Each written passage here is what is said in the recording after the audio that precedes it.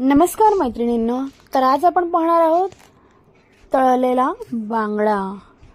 सगळ्यांनाच आवडतो. फ्राय मच्छी म्हणजे काय, सगळ्यांची आवडती मच्छी आहे बांगडा. तर आपण आज बांगडा फ्राय कसा करायचा तो ह्या व्हिडिओमध्ये पाहूया.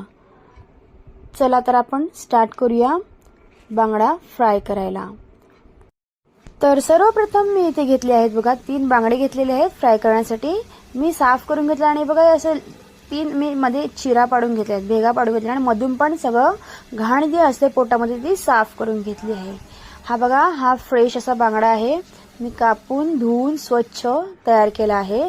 आता मी 1 चमचा त्यावर मसाला टाकते आहे, मिरची पावडर. मसाला म्हणजे मिरची पावडर. आमचा हा कोळी मसाला आहे, तो मी ह्या फिशवर टाकते आहे फ्राय करण्यासाठी. 1 चमचा मी त्यावर टाकेन मीठ चवीनुसार.